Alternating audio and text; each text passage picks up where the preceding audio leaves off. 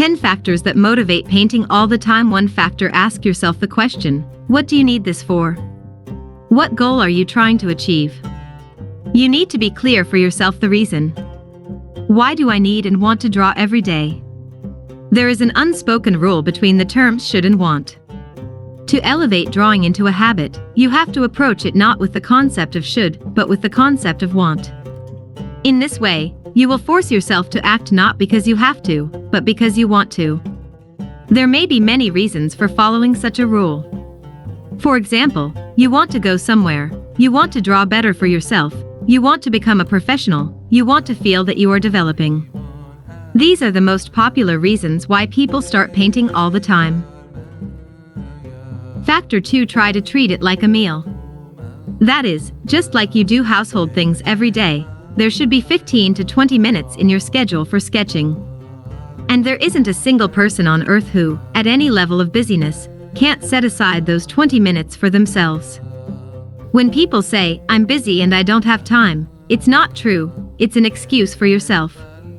Even if you are a mother of 5 children, 20 minutes can be set aside. Chances are, if you are a mother of 5 children, it is unlikely that you want to paint every day. On that basis, you need to convince yourself that when you refuse to paint every day, you need to determine that it's not laziness. How do you determine that it is not laziness? If you have been busy during the day with something else useful, and when you ask yourself, did it benefit me as a developing individual with ambition, you answer that question with a yes, then this skipping everyday sketching is normal. If you realize that for whatever reason you can't answer yes, that's laziness. Factor 3. Daily practice produces results, which in itself is the best motivator.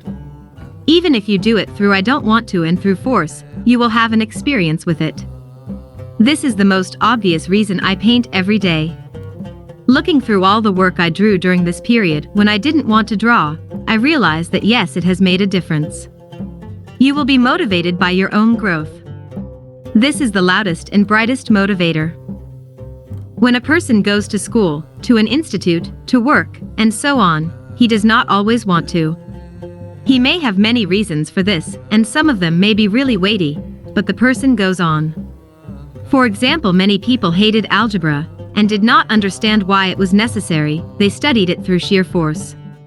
And only as we get older do we realize that this has yielded results. Similarly in creativity. But it's very strange that creativity has the notion of having to, because then it's not creativity. The process itself is a little contradictory. When you realize that this is what you want in order to get the results you want, everything will fall into place. Factor 4. Focusing on the level of those who seem to you unattainable. This is also the brightest motivator. When I look at the work of artists, the level of which seems to me simply heavenly, it goes without saying I am motivated. All Olympic athletes use this method. When you're training alone, and you don't see strong competitors, you have no motivation to push yourself, simply because you have nothing to compare it with and you're sure you can handle it, but that's not the case.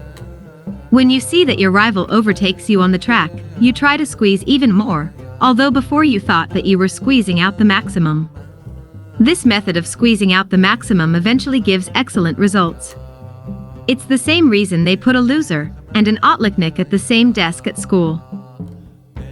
Watch the professionals, how they develop, what changes are happening in their lives, and be proud of them as for yourself, then this feeling is transmitted to you.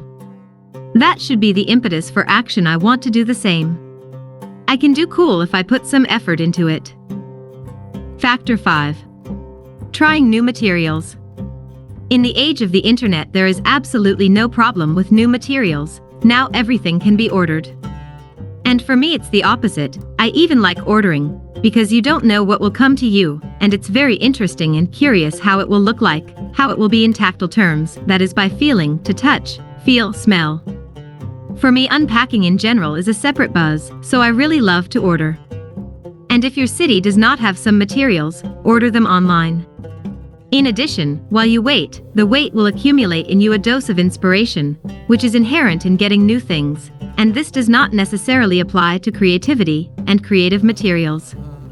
Just the feeling of surprise is always inspiring. You always want to try something new. What if it works for you?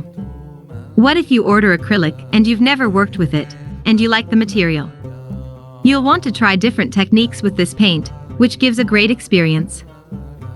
6 Factor. Try to watch content that inspires you every day.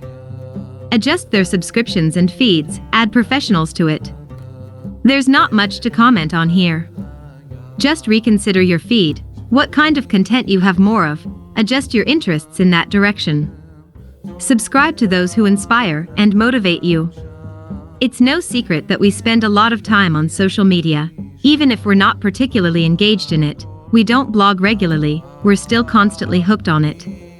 Try to reduce the amount of things that in fact just take up your time for things that can really inspire and motivate you to develop.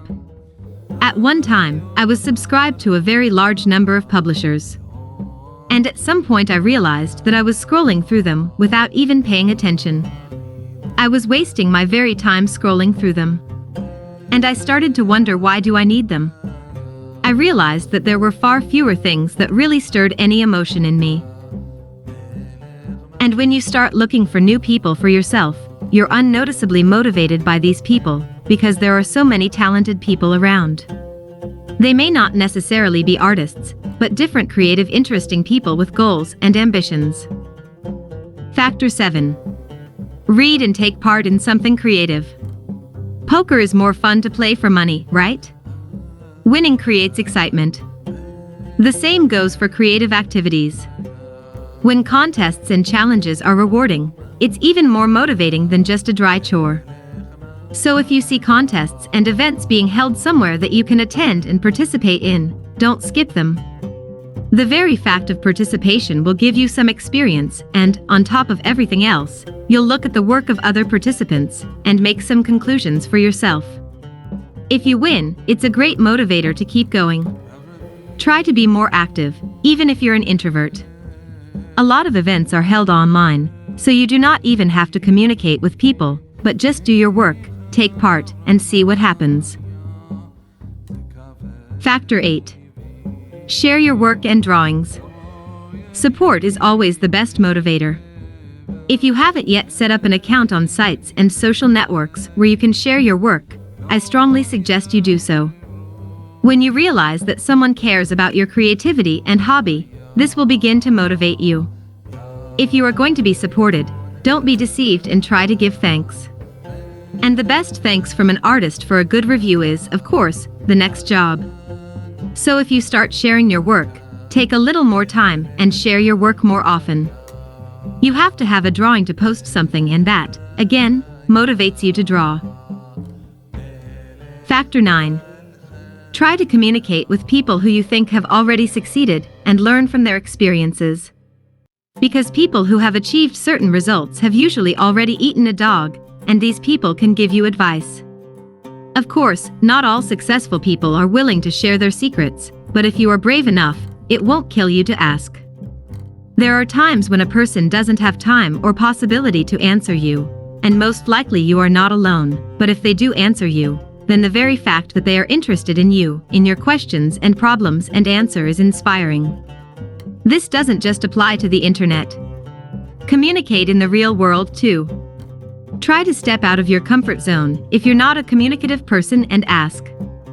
All fear accumulates in us only until we ask, and then it just disappears. This feeling of fear is felt before a trip to another city and another country where you know nothing. But once you arrive at the place, you quickly get oriented and the fear disappears. Factor 10. Watch movies and read books. Any movie, a scene from a movie, or even a frame can inspire you. It's no secret, but many people neglect it. There are so many inspirational books that make you want to draw while reading them. I really like the book Shadow of the Wind. It's mystical with a camp atmosphere. Those who have been to camp will understand me, smiley face. All those bedtime stories under the blanket. But it is not childish, but very cool.